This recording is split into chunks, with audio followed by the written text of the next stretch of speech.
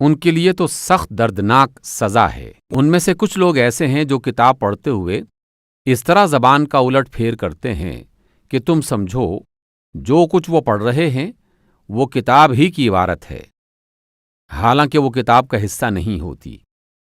وہ کہتے ہیں کہ یہ جو کچھ ہم پڑھ رہے ہیں یہ اللہ کی طرف سے ہے، حالانکہ وہ اللہ کی طرف سے نہیں ہوتا۔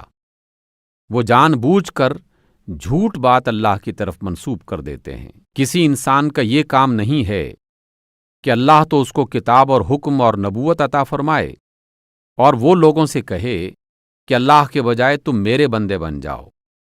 وہ تو یہی کہے گا کہ سچے ربانی بنو، یعنی رب کے بندے بنو، جیسا کہ اس کتاب کی تعلیم کا تقاضا ہے جسے تم پڑھتے ہو اور پڑھاتے ہو۔ وہ تم سے ہرگز یہ نہ کہے گا کہ فرشتوں کو یا پیغمبروں کو اپنا رب بنا لو۔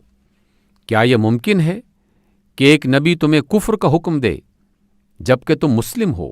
یاد کرو اللہ نے پیغمبروں سے عہد لیا تھا کہ آج ہم نے تمہیں کتاب اور حکمت و دانش سے نوازا ہے، کل اگر کوئی دوسرا رسول تمہارے پاس اسی تعلیم کی تصدیق کرتا ہوا آئے جو پہلے سے تمہارے پاس موجود ہے تو تم کو اس پر ایمان لانا ہوگا اور اس کی مدد کرنا ہوگی۔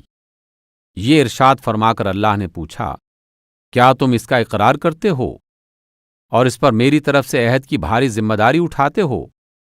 انہوں نے کہا، ہاں ہم اقرار کرتے ہیں۔ اللہ نے فرمایا، اچھا تو گواہ رہو اور میں بھی تمہارے ساتھ گواہ ہوں۔ اس کے بعد جو اپنے عہد سے پھر جائے وہی فاسق ہے۔ اب کیا یہ لوگ اللہ کی اطاعت کے دین کو چھوڑ کر کوئی اور دین چاہتے ہیں؟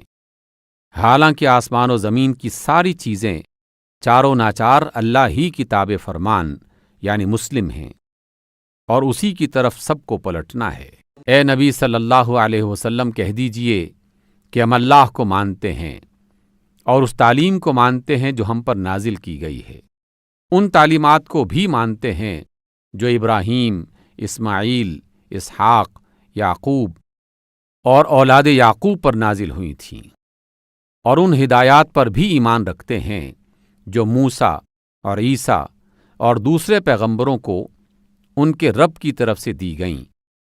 ہم ان کے درمیان فرق نہیں کرتے اور ہم اس کے تابع فرمان یعنی مسلم ہیں، اور جو شخص اسلام کے سوا کوئی اور طریقہ اختیار کرے گا وہ ہرگز قبول نہ کیا جائے گا، اور آخرت میں وہ ناکام و نامراد ہوگا۔ کیسے ہو سکتا ہے کہ اللہ